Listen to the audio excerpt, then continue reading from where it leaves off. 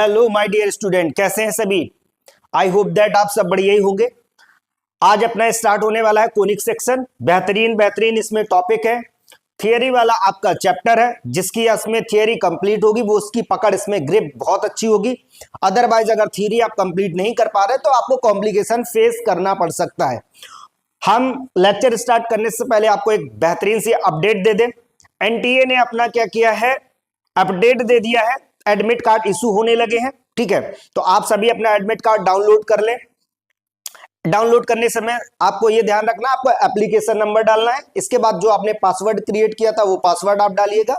Then after आप capture fill करिएगा और फिर आपका डाउनलोड हो जाएगा, ठीक है। जैसे ही डाउनलोड हो जाए तो आप क्या करें, उसको प्रिंट के फॉर्म में लेके जाएं, ठीक है। 2 प्रिंट निकलवा लें आप, 2 प्रिंट आप लेके जाएं, साथ में अपना आधार कार्ड लेके जाएं।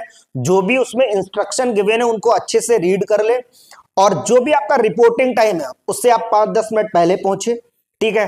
और जो जहां भी आपके सेंटर है, ठीक है, कोशिश आप ये करो कि अगर कल आपका मॉर्निंग शिफ्ट में एग्जाम है तो आप वहां पे नाइट में पहुंच जाओ, क्योंकि मॉर्निंग में 9 o'clock से होगा तो आप जल्दी से जाओगे इधर, क्योंकि माइंड को पीस चाहिए होता है, ठीक है। तो आप एक दिन पहले पहुंच जाओ, नाइट में वहीं स्टे कर लो, आराम से रिपोर्टिंग टाइम पे पहुंचो और फिर आप एग्जाम दो, ठीक है। अगर आपका सेंटर कहीं दूर चला गया है, क्योंकि आप 4 आपकी चॉइस थी, उस 4 चॉइस में आपको मिला है कि नहीं मिला है, अदर कहीं अदर में तो भी आप देख लेना कि कितनी दूर है, तो आप निकल जाना, ठीक है। बस यही मेरा है कि वहां पे जाके अच्छी तरीके से आप क्या करेंगे, एग्जाम को देना है, ठीक है। Best of luck. स्टार्ट करते हैं हम लोग अपना लेक्चर। ओके, तो लेक्चर में हम लोग का क्या क्या क्या करने वाले हैं देखते हैं। Introduction of the conic section. Conic section में क्या क्या मिलेगा, कोनिक सेक्शन में आपको क्या क्या मिलने वाला है पहले हम देख लेते हैं।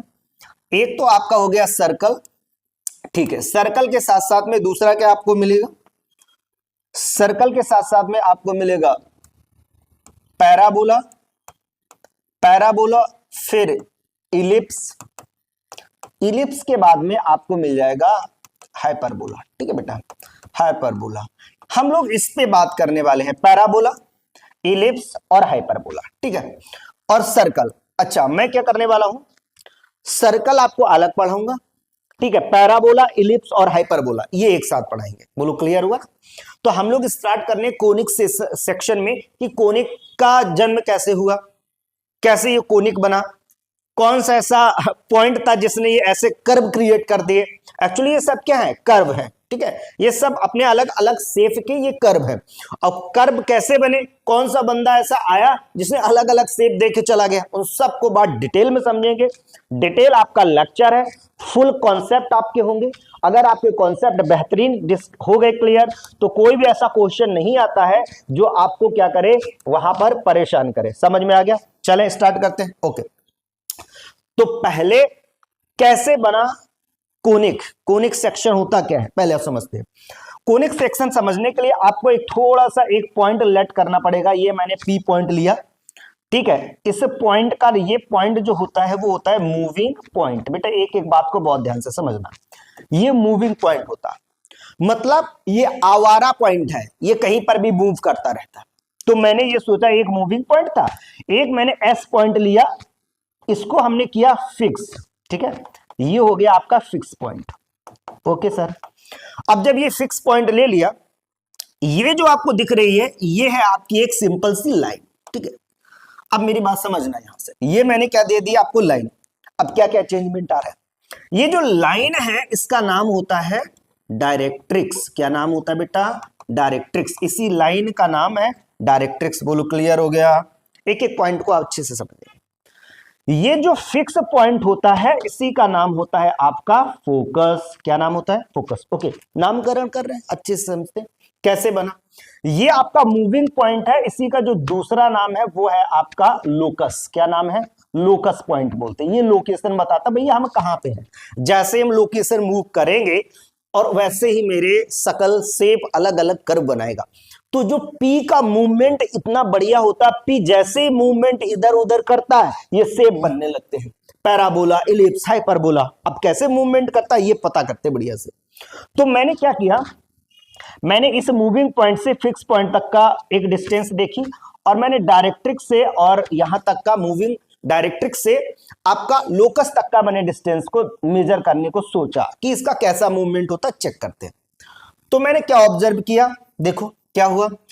अगर रेशियो निकाला जाए, क्या बेटा, रेशियो ऑफ कहां से कहां तक, ratio of focus to moving point, ठीक है, मूविंग पॉइंट,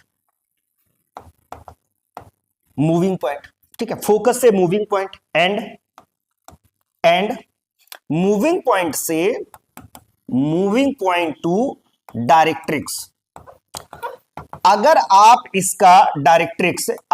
इसका क्या करेंगे, रेशियो निकालेंगे, तो वो जो रेशियो आता है वो कांस्टेंट होता है। सर बताइए क्या ये वाला आप बता रहे हैं क्या कांस्टेंट होता है? अगर मैं निकालूं यहां से PS अपॉन PM, ठीक है बेटा, तो ये जो निकल के आता है वो होता है कांस्टेंट। बोलो चमका बात, ये क्या होता है, कांस्टेंट। सर समझ गए, पर ये कांस्टेंट बला क्या है, पहले मुझे ये तो बता दो भाई। ये जो कांस्टेंट आपको बला दिख रही है ना, इसको बोलते हैं, ये कांस्टेंट होती है ई। क्या होती है ई? अब ये ई क्या आ गई, नई नई चीजें आ रही है सर। ई को मतलब होता है, पहले नामकरण कर दो सर, इसेंट्रिसिटी। क्या होता है, इसेंट्रिसिटी, नामकरण हो गया भैया, ठीक है। अब जो ये कांस्टेंट आया है, ये क्या है, रेशियो बिटवीन, किसका रेशियो, आपका फिक्स पॉइंट से moving point and moving point से आपके डायरेक्ट्रिक्स तक का रेशियो को हम क्या बोलते हैं, इसेंट्रिसिटी बोलते हैं। ये कांस्टेंट होता है। बोलो क्लियर।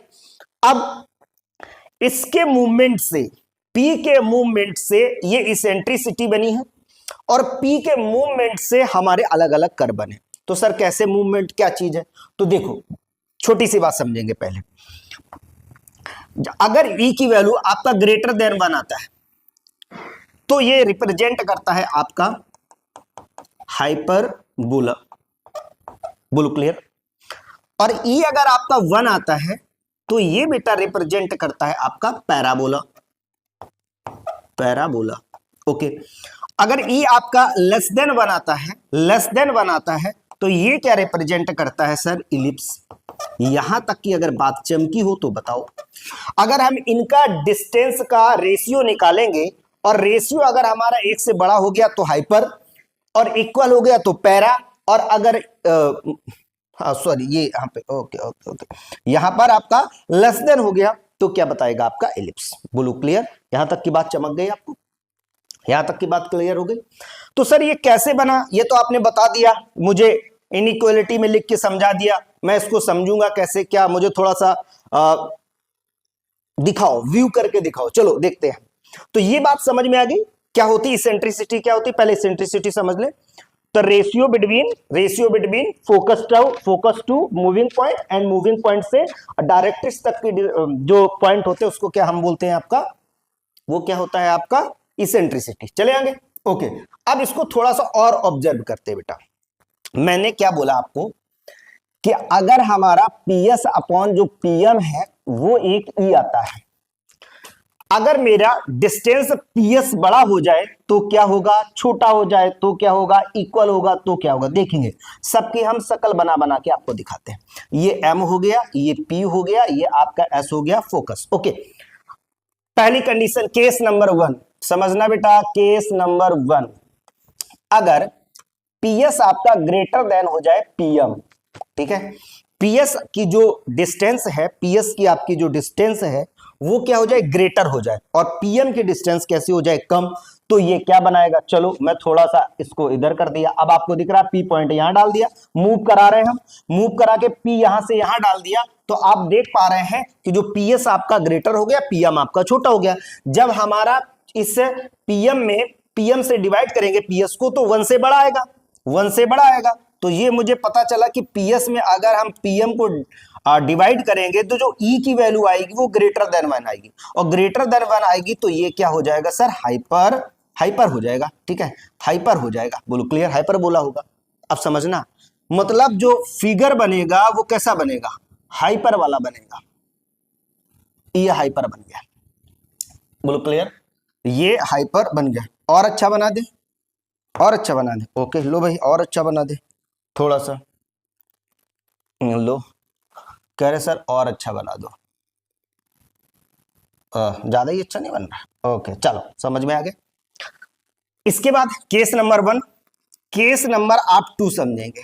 केस नंबर 2, अगर मैं पीएस इक्वल पीएम कर दूं, मतलब दोनों की डिस्टेंस कैसा कर दूं, इक्वल कर दूं। बेटा बहुत ध्यान से समझना, दोनों की डिस्टेंस कैसे कर देता हूं, इक्वल। तो देखो इक्वल डिस्टेंस करने पर क्या मिलता है आपको, मैंने इक्वल कर दिया, मतलब ये वाला पॉइंट को मैं कुछ यहां लेके आ गया, ये मेरा पॉइंट पी मूव करके यहां आ गया और ये वाली डिस्टेंस हो गई। देख रहे बेटा, ये तो पी हमारा मूवमेंट करके यहां आ गया। अभी पी कहां बैठा है, अभी कहां मैंने पी को बैठाला था, हाइपरबोला में। ये पी आपका हाइपरबोला में यहां बैठा था। अब मैंने पी को हाइपरबोला से हटा के मैंने क्या कर दिया, दोनों की डिस्टेंस इक्वल कर दी। ये दोनों डिस्टेंस कैसे कर दी, इक्वल।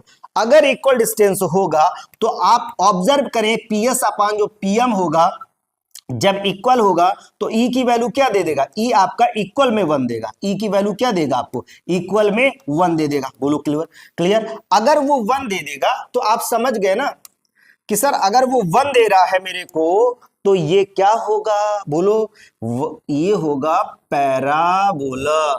सर पैराबोला की शेप बनती है, बना के दिखाएं। देखो बेटा, अगर ये होगा तो ये कुछ ऐसी शेप बनेगी। देखा, एक बंदे के मूवमेंट से, एक बंदा मूव कर रहा, ये पी पॉइंट मूविंग, इसी का दूसरा नाम आवारा पॉइंट। भाई आवारा है, जहां मर्जी वहां चला जाता है, जैसे ही जाने से ना शक्ल बदल जाती है, फेस बदल जाती है।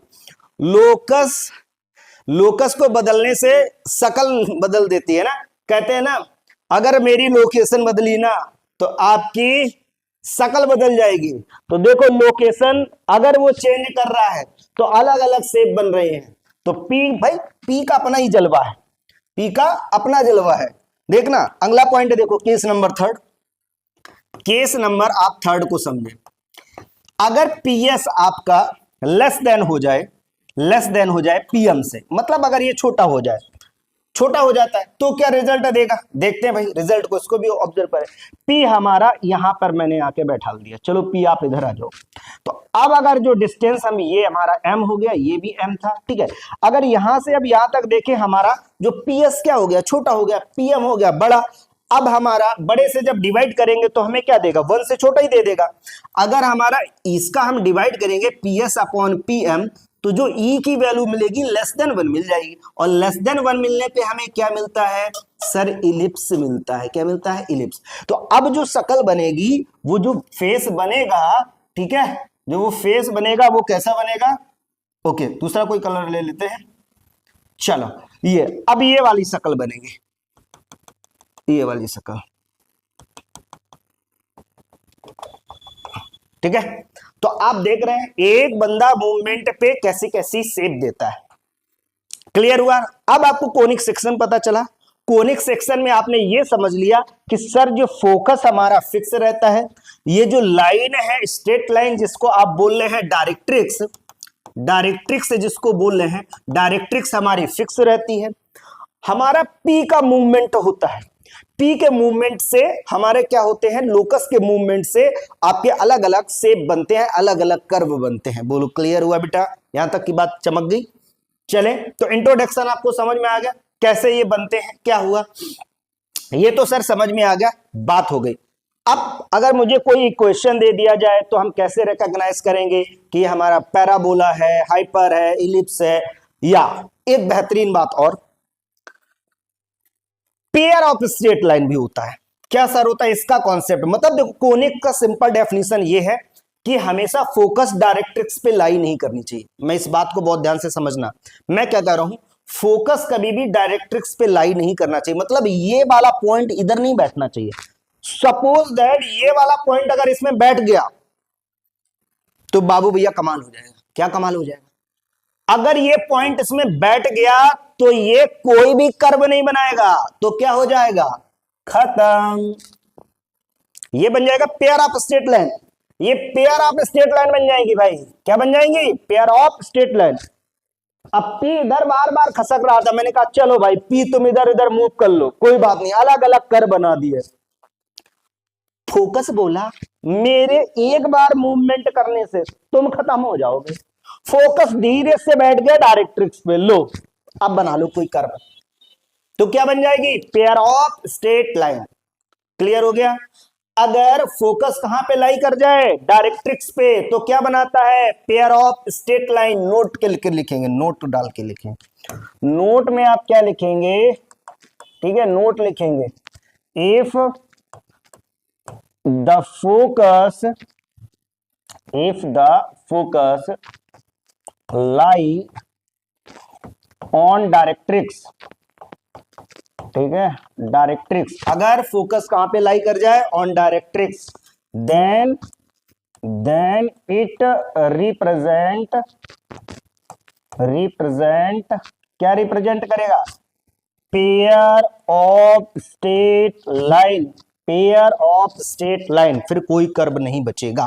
बोलो क्लियर, ये बात चबक में आ गई, आपको आनी चाहिए भाई। देखो ये बेहतरीन बात है, इसको समझना ही पड़ेगा आपको कि कब कर्व को डिनोट करेगा, कब पेयर ऑफ लाइन को डिनोट करेगा। इसके बारे में और डिटेल अभी चलेंगे।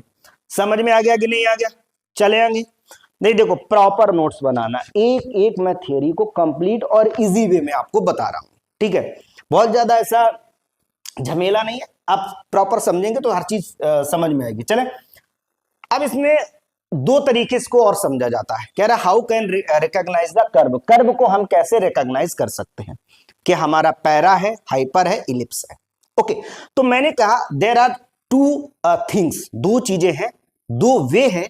कौन कौन से, एक तो थियोरेटिकल आप कर लेंगे सर, थियोरेटिकल हम रिकॉग्नाइज करेंगे, दूसरा हमारा है ज्योमेट्रिकल, ठीक है। अगर हम ज्योमेट्रिकल तरीके से कर सके तो थियोरेटिकल देखते हैं क्या होता है, एक एक करके समझते हैं, पहले थियोरेटिकल समझते हैं। आगे बढ़ने से पहले आपने देखा कि general equation of second degree और एक्स और वाई वेरिएबल में आपका एक इक्वेशन आपको दिख रहा है। क्या इक्वेशन दिख रहा है, देखो ये दिख रहा है, A X square plus B Y square plus 2hxy plus 2gx plus 2fy plus c equal 0। Okay sir, दिख रहा है। ये क्या रिप्रेजेंट करता है बेटा, ये जो आपको नजर आ रहा है, ये आपका रिप्रेजेंट कर रहा है कर्व को। सर कितने कर्व को, सभी कर्व को रिप्रेजेंट करता है। ये आपको रिप्रेजेंट करता है, यही आपको बताता है कि आपका पैराबोला है, यही आपको बताता है कि सर मैं हाइपरबोला हूं, हाइपर हूं, ठीक है, हाइपरबोला। यही आपको क्या बताता है कि आप ये इलिप्स है। अच्छा, यही क्या बताता है, ये सर्कल को भी रिप्रेजेंट करता है। ये क्या करता है, सर्कल को भी रिप्रेजेंट करता है। और सर अच्छा, ये जो ना एक और बात, ये पेयर ऑफ स्ट्रेट लाइन को भी रिप्रेजेंट करता है, पेयर ऑफ स्ट्रेट लाइन को भी रिप्रेजेंट करता है। पर सबकी अपनी स्पेसिफिक कैरेक्टरिस्टिक्स हैं, उनको जैसे जिस पे फॉलो होगा वो आप बताएगा, ठीक है, समझ में आ गया। लेकिन अगर देखा जाए तो ये सबको रिप्रेजेंट करता है। सर्कल के लिए बस इतना ध्यान रखना होता है कि यहां पर एक्स वाई वाले टर्म नहीं आते, तो ये पूरा सर्कल की क्वेश्चन बन गई, ठीक है, सर्कल की क्वेश्चन आपकी बन गई। तो आप ये आप समझेंगे 2hxy। ओके, क्लियर, यहां तक की बात क्लियर हो गई। ये रिप्रेजेंट तो करेंगे, अभी अब इसके बारे में बताते हैं कैसे ये क्या रिप्रेजेंट करेंगे, किसको क्या बताएंगे, बताएं, स्टार्ट करें। चलो, तो ये मैंने बता दिया, ये जो आपकी इक्वेशन है ये सभी को क्या करती है, रिप्रेजेंट करती है। सर अब कैसे करेंगे ये तो आपने बता दी, तो मैंने कहा चलो अब इसको मैं थोड़ा सा सिलेक्ट कर लेता हूं और इसको डाल देते हैं, चलो इधर थोड़ा छोटा करके, इसको यहीं साइड में रख लेते, लो भैया, टिक, चलो ठीक है। अब इसमें क्या है बेटा, अगर आपसे बोला जाए कि हमें थ्योरेटिकल क्या समझना है, आपको ये इक्वेशन गिवन होगा, एक ऐसा इक्वेशन गिवन होगा, उसमें आप सबसे पहले क्या फाइंड करेंगे, डेल्टा की वैल्यू फाइंड करेंगे। क्या करेंगे, डेल्टा। अगर आपका डेल्टा हम पहले फाइंड करेंगे, ठीक है। डेल्टा में वैल्यू क्या आपको नजर आ रही है, ए बी सी। पहले डेल्टा को और अच्छे से सिखा दे आपको। डेल्टा फाइंड करने के लिए एक डिटरमिनेंट होता है जिसमें आपको डायगोनल में ए बी सी दिखेगा, ओके दिख गया सर। अब इधर आपको दिखेगा हाय गर्लफ्रेंड, ओके, फिर इधर हाय गर्लफ्रेंड, ऐसा आपको लर्न करेंगे। डायगोनल में आपको क्या दिखेगा, डायगोनल में ये आपको क्या दिखेगा, एबीसी आप डाल देंगे और इधर हाय गर्लफ्रेंड, ओके बन गया, ये डेल्टा की वैल्यू आ गई। अगर आपने डेल्टा को सॉल्व किया तो अगर आपको डेल्टा को सॉल्व करने पर उसका रिजल्ट आपको 0 आ रहा है तो वो रिप्रेजेंट करेगा pair of straight line. Okay, clear होगी बात। अगर हम डेल्टा को सॉल्व करेंगे, सॉल्व करते समय पे अगर मेरा डेल्टा की वैल्यू 0 आता है तो it represent the pair of straight line. Okay, अगर ये पेयर ऑफ स्ट्रेट लाइन तो रिप्रेजेंट करेगा, उसके अंदर भी लाइन होती है ना, 3 लाइन उसके अंदर होती है। कौन कौन सी? एक डिस्टिंक्ट लाइन, कोइंसिडेंट लाइन और इमेजिनरी लाइन। तो अगर H square greater than A B आता है तो इसी को बोलते हैं डिस्टिंक्ट लाइन। ओके बेटा, और एच स्क्वायर अगर इक्वल ए बी आता है तो coincident line, H square less than A B आता है तो इमेजिनरी लाइन। बोलो क्लियर, यहां तक बात क्लियर हुई। पहले क्या फाइंड करेंगे? डेल्टा। डेल्टा की वैल्यू कैसी अगर आ गई? 0 आ गई। अगर डेल्टा 0 आ गया तो पेयर ऑफ स्ट्रेट लाइन। अगर डेल्टा नॉन जीरो आया तो क्या रिप्रेजेंट करेगा? कोनिक को। किसको रिप्रेजेंट करेगा? कोनिक को। अगर कोनिक में भी 3 बंदे, कौन कौन से? Hyper, para, ellipse. तो अगर H square greater than A B, hyper बड़ा मतलब हाइपर, ठीक है, तो वो हाइपरबोला हो जाएगा। H square equal A B होगा तो पैराबोला होगा, और H square less than A B होगा तो इलिप्स हो जाएगा। बोलो क्लियर बेटा, यहां तक की बात क्लियर हुई? यहां तक की बात क्लियर हुई। अब क्या करेंगे? एबीसी कहां से आएगा सर? इससे कंपेयर कर देंगे हम। कंपेयर करके एबीसी, ठीक है, एच, जी और एफ निकालेंगे और यहां पुट करके सॉल्व कर देंगे। बोलो क्लियर। ये कौन सा मेथड होगा? थियोरेटिकल मेथड हो गया। ओके, चलते हैं दूसरा मेथड देखो। दूसरे मेथड को समझते हैं। आपका ज्योमेट्रिकल मेथड हो गया। ज्योमेट्रिकल मेथड क्या बोलता है ये बताइए, सुनिएगा। If the focus lie on the directrix, अगर फोकस डायरेक्ट्रिक्स पर लाई करने लगता है तो क्या बताता है? Pair of straight line. अभी मैंने आगे सिखाया था कि भाई अगर आपका फोकस, ये आपका पी पॉइंट हो गया, ये आपका फोकस एस हो गया। अगर ये बंदा बैठ जाए आके कहां पर? यहां पर। चलो बैठा दो इसको, ठीक है। ये फोकस यहां पर बैठ जाए आके तो क्या होगा? फोकस कहां पे लाई करना? ये आपकी डायरेक्ट्रिक्स है, ये आपकी डायरेक्ट्रिक्स है। अगर डायरेक्ट्रिक्स पर ही फोकस लाई कर जाए तो अब इससे हमें कोई मतलब नहीं। अगर ये लाई कर जाएगा इस पे तो क्या मिल जाएगा आपको? Pair of straight line. लाई मतलब क्या होता है? ये एक लाइन होती है, एक लाइन होती है, फोकस के पॉइंट होते हैं एक्स वाई की जगह, जहां पर वहां आप डाल दोगे, सेटिस्फाइड कर गया तो लाई कर रहा है। अभी आप एग्जांपल में देखेंगे।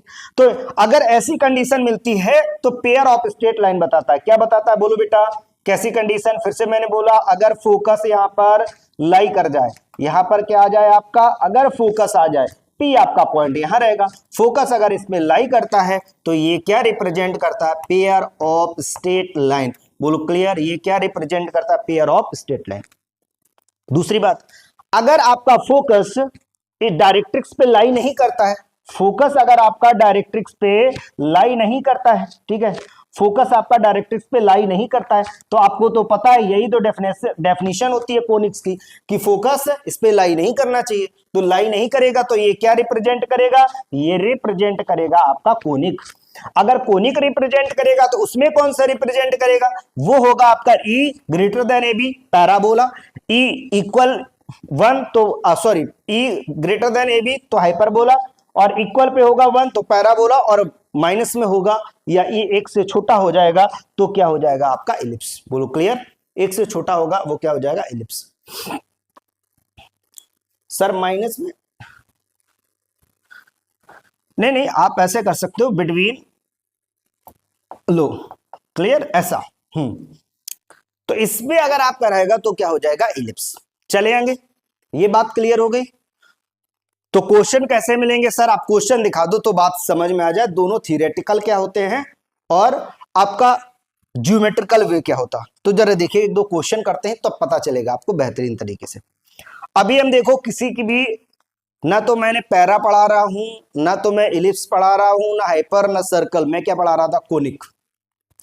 रिप्रेजेंटेशन ऑफ कोनिक, कोनिक की कैसे एंट्री हुई, कोनिक्स पे कैसे क्वेश्चन बनते हैं, मिक्सर कैसे कोनिक्स बनता, फिर बाइफर्केशन हम करके अलग अलग पढ़ाएंगे आपको। पैराबोला अलग, इलिप्स अलग, हाइपरबोला अलग, सर्कल अलग। ओके, तो पहले आप इस पे देखेंगे। पहला एक क्वेश्चन आप देखिएगा, क्वेश्चन आपका पहला दिया, ये वाला क्वेश्चन, एक एक क्वेश्चन सॉल्व करते हैं। ये क्या गिवन है आपको? 2xy plus 4x minus 6y plus 17 equal 0।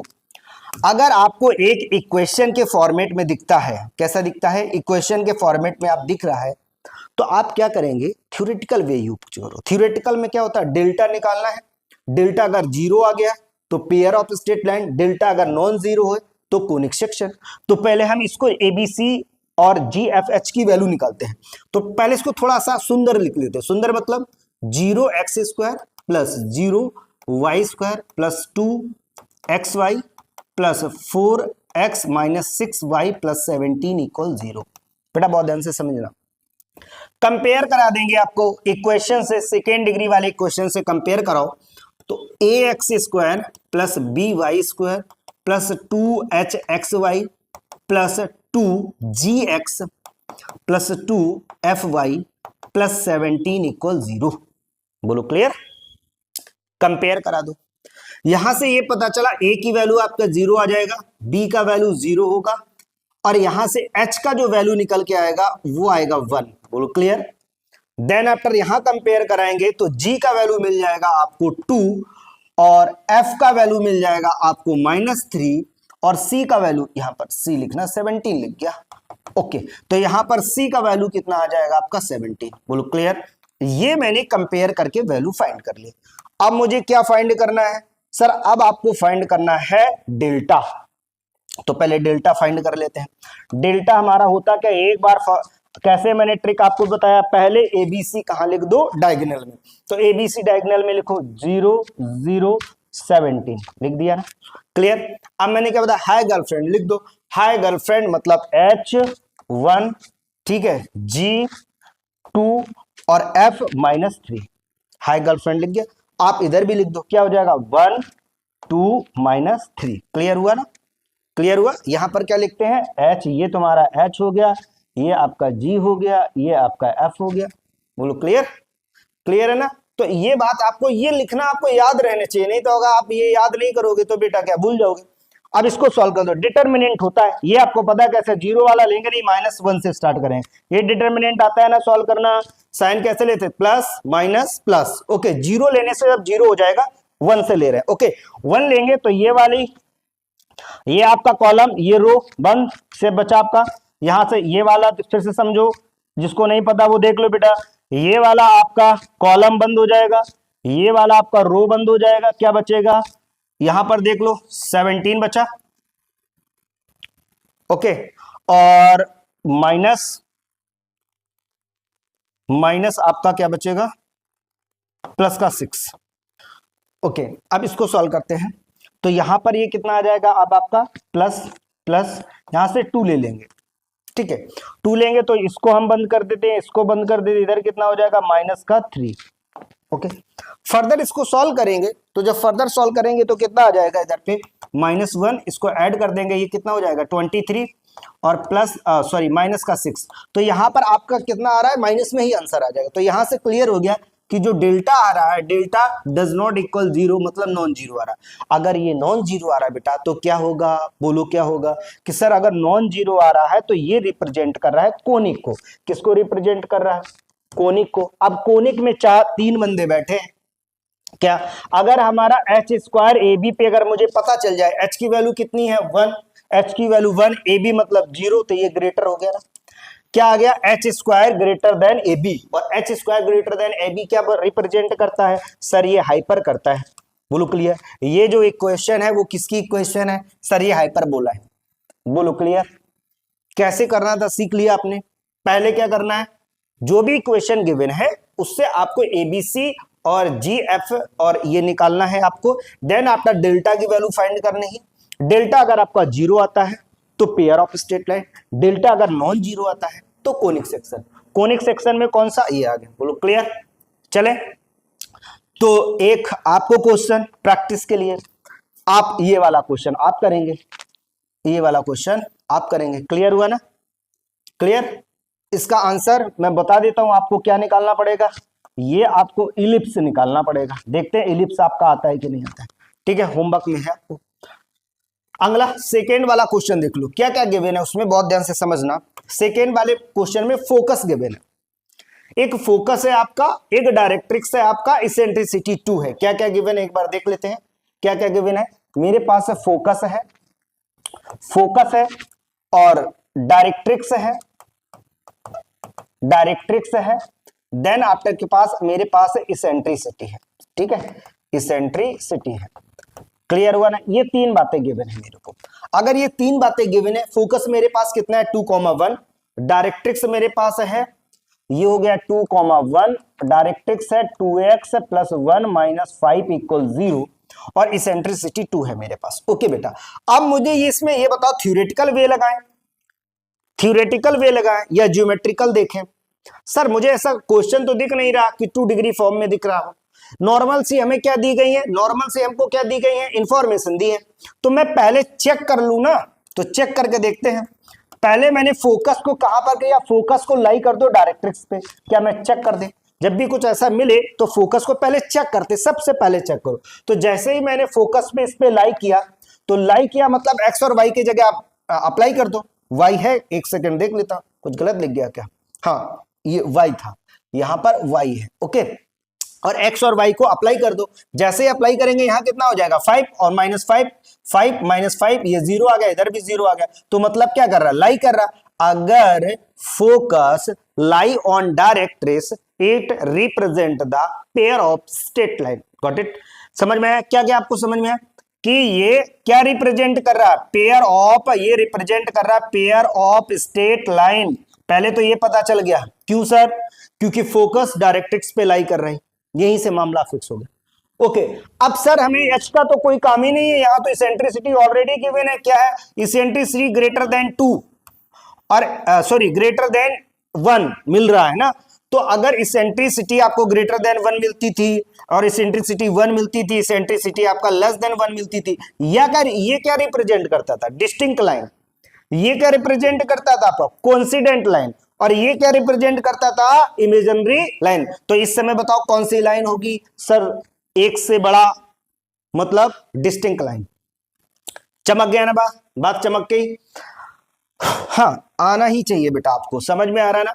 जैसे थर्ड वाला क्वेश्चन देखो, ये बहुत प्यारा क्वेश्चन है। अच्छा, इसको करने के 2-3 तरीके हैं। अगर आपको मन में आ रहा होगा तो सर ऐसा करें कि इसको पहले होल स्क्वायर ओपन कर दे, इसका होल स्क्वायर ओपन करें, देन आफ्टर इसका सॉल्व करके एक बढ़िया सा ये सा क्वेश्चन बना लें और हम क्या करें, इसको सॉल्व कर देंगे। एबीसी की वैल्यू निकालेंगे, जीएचएफ की वैल्यू निकालेंगे, डेल्टा निकालेंगे। अगर 0 आ गया तो pair of straight line, non 0 आया तो कोनिक सेक्शन हो जाएगा, कोनिक में हम चेक कर लेंगे। ओके, बट इसके और सारे भी वर्जन है और तरीके से भी ऐसे क्वेश्चन को करते हैं। तो पहले उसके लिए थोड़ी सी बात को और आगे करते हैं, फिर इस वाले क्वेश्चन को सॉल्व करेंगे आके, थोड़ा और नया चीज सिखाने के बाद। ओके, क्या कोनिक की ही पोर्शन है, कोनिक का ही पोर्शन पहले सिखाएंगे। ये क्या है, इक्वेशन ऑफ कोनिक। ये होता क्या है आप पहले ये समझ लो, ये सभी के लिए अप्लाइड है, कोई एक के लिए नहीं। पहली बात आप समझो, equation of conic use for every curve. ठीक है, कैसे बनता है पहले इसका ड्राइव कर लेते हैं। वही आपकी ये एक लाइन है, ये क्या है आपका डायरेक्ट्रिक्स। सर ये हमारा डायरेक्ट्रिक्स हो गया। मैंने यहां पर एक P पॉइंट ले लिया, X और Y पॉइंट ले लिया। P पॉइंट मतलब समझ में, लोकस। ये आपका फोकस ले लिया मैंने, यहां पर फोकस S और A, B ले लिया, कुछ भी ले लेते हैं। ठीक है, A, B। तो देखो मेरी बात समझना, अभी हम जो रिप्रेजेंट कर रहे हैं यही सिंबल जाके आगे पैराबोला में यूज होंगे। S मतलब फोकस, P मतलब आवारा पॉइंट, ठीक है, लोकस वाला पॉइंट, डायरेक्ट्रिक्स। समझ में आ रहा? तो मैं वही जो मुझे कोनिक्स मुझे सिखाती है, जिससे कोनिक्स का जन्म हुआ, वही हम यूज करेंगे। ओके, ये कोनिक हो गया। हमेशा ये जो M होता है, ये आपका यहां पर ये जो टच करता है वो 90 डिग्री परपेंडिकुलर होता है। एक्चुअली जो ये आपका मूविंग पॉइंट होता है वो परपेंडिकुलर होता है डायरेक्ट्रिक्स पे। समझ में आ गया बेटा? अब क्या क्वेश्चन बनी, मुझे तो ये पता है कि सर PS अपॉन PM जो होता है वो E इक्वल होता है। अगर मैं PS इक्वल EPM करूं तो यहां से PS मतलब क्या है, distance between P and S। इनका डिस्टेंस का फॉर्मूला लगा दो, 2 फॉर्म वाला तो लगा दो। यहां से कितना आ जाएगा आपका x माइनस a का whole square plus y minus b का होल स्क्वायर हो गया इक्वल E हो गया। PM मतलब कैसे निकलेगा सर, PM मतलब परपेंडिकुलर डिस्टेंस आपका डायरेक्ट्रिक्स के साथ में। तो आपको पता है डायरेक्ट्रिक्स आप कोई लेट कर लो, अगर हम ये कर लेते हैं LX plus M Y plus C equal 0, ये मैंने डायरेक्ट्रिक्स सिलेक्ट कर दिया। आप A plus B plus C कर लो, जो भी आपको A X plus B Y plus C आप कर लो, नो प्रॉब्लम, ठीक है। अगर मुझे ये निकालना है तो आपको पता है कैसे परपेंडिकुलर डिस्टेंस निकालते हैं, ये आप लाइन लिख देंगे पूरा, L X plus M Y plus C upon under root में क्या आता है, इनके coefficient L square plus M square, ये तो आपको याद ही होगा कैसे परपेंडिकुलर डिस्टेंस एक पॉइंट से निकालते हैं। जब आपकी एक लाइन गिवन लाइन से परपेंडिकुलर डिस्टेंस जो निकालते हैं वो कैसे निकालते हैं आपको पता चल गया ना। अब क्या करेंगे, बोथ साइड स्क्वायर कर दो आप, तो यहां से जो रिजल्टेंट मिलेगा x माइनस ए का whole square, y minus B का whole square equal E square, जब यहां पर ये हो जाएगा L X plus M Y plus C का होल स्क्वायर, ओके, अपॉन में ये हो जाएगा आपका L square plus M square, ठीक है। ये बात आपको चमक गई। तो ये जो इक्वेशन है वो कैसा इक्वेशन है, ये कैसा इक्वेशन है, क्वाड्रेटिक, ये इक्वेशन ऑफ कोनिक्स, ये सभी के लिए वैलिड है। इससे हम बहुत सारे क्वेश्चन को सॉल्व करेंगे। चले, तो प्रीवियस में क्वेश्चन हम सॉल्व कर रहे थे, उसमें ये था कि पहचानो भाई ये क्या है, कोनिक है क्या है, तो जरा ध्यान से समझना। इसका एक छोटा सा ऑब्जर्वेशन ले रहे हैं हम, उसी के अकॉर्डिंग आपको सिखा रहे हैं। चले, तो ये मैं क्या करता हूं, रेज कर देता हूं, ठीक। अब आप इसको देखो, इसको देखते हैं। ये गिवन है आपको x माइनस 1 का होल स्क्वायर प्लस y 3 का whole square equal 3x plus 4y minus 1 का होल स्क्वायर अपॉन में 125। अब देखना बहुत ध्यान से, 125 कहां से आएगा, मुझे e से मतलब है, e यहां पर होता है, e यहां पर होता है, मतलब सही से देखा जाए तो इक्वेशन अब क्या होती है कोनिक की, x माइनस 1 का x माइनस ए का whole square plus y minus B का होल स्क्वायर इक्वल यहां पर आपने क्या देखा था, ई स्क्वायर, फिर मैंने क्या बताया था आपको, यहां पर एक लाइन थी, क्या थी, L X plus M Y plus C upon में, यहां पर आपने बताया था ये L square plus M square होता है। बोलो क्लियर। तो अगर ये कोफिशिएंट होते हैं ना इसके, तो इसका कोफिशिएंट आप जब ध्यान से देखो ये कैसे बना होगा, सर ये ऐसे बना होगा 9 प्लस 16 मतलब ये 25, तो 25 इस 125 में इन्वॉल्व है। तो सर ऐसा करो, इसको पहले निकाल दो, तो इसको जो अच्छे से लिखेंगे वो कैसे लिखेंगे पहले वो देखो। इसको हम लिख देंगे 125 को ऐसा लिख दें 5 इंटू 25, हो गया ना, क्लियर। तो अब यहां से e की वैल्यू निकाल दो, ये तो कंपेयर करा देंगे, ये बाकी जो बची वैल्यू e की तो होगी, तो e आपका क्या आना चाहिए बताओ, e आपका जो e स्क्वायर है इक्वल 1/5, तो e की वैल्यू कितनी आ गई, 1/√5 आ गए ना। और e की वैल्यू अगर 1/√5 आया और इसमें हम √5 की वैल्यू निकालेंगे, आपको पता 1 से कम ही आएगा। अगर ये e की वैल्यू लेस देन 1 आ रही तो ये क्या रिप्रेजेंट करेगा, सर ये इलिप्स करेगा, ये क्या करेगा, इलिप्स। ये बेहतरीन तरीका है इसको सॉल्व करने का, अदरवाइज एक दूसरा स्टूडेंट होल स्क्वायर ओपन करके इसको सॉल्व कर देगा। तो आपको समझ में आया ना कि इक्वेशन ऑफ कोनिक से भी आप इसको फाइंड कर सकते हो। तो मैंने ऐसे डिफरेंट टाइप के क्वेश्चन लिए ताकि आपको समझ में आ जाए। बोलो क्लियर बेटा, यहां तक की बात क्लियर हुई, हाँ हो जानी चाहिए। चलो, इक्वेशन ऑफ कोनिक्स हमने करा दिया, इक्वेशन ऑफ कोनिक्स हमने आपको करा दिया, ठीक है, ओके। तो यहां तक की बात आपको क्लियर हुई, यहां तक की बात क्लियर होगी। कोनिक सेक्शन का जो पूरा ओवरव्यू दिया वो आपको क्लियर हो गया। ये आपका कोनिक सेक्शन का पूरा इंट्रो था, कैसे कोनिक सेक्शन में हमने एंट्री की, कैसे क्वेश्चन को हमें मिलेंगे, तो कैसे हम रिकॉग्नाइज करेंगे, इन सब बातों पे हमने कर लिया, ठीक है।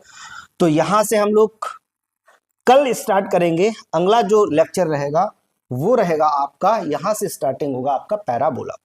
बोलो क्लियर। तो हम लोग क्या करेंगे, पैराबोला। समझ में आ गया। तो नेक्स्ट लेक्चर में मिलते हैं। थैंक यू क्लास अगर अच्छी लगी हो तो लाइक करो, सब्सक्राइब करो एंड शेयर करो, ठीक है। Thank you.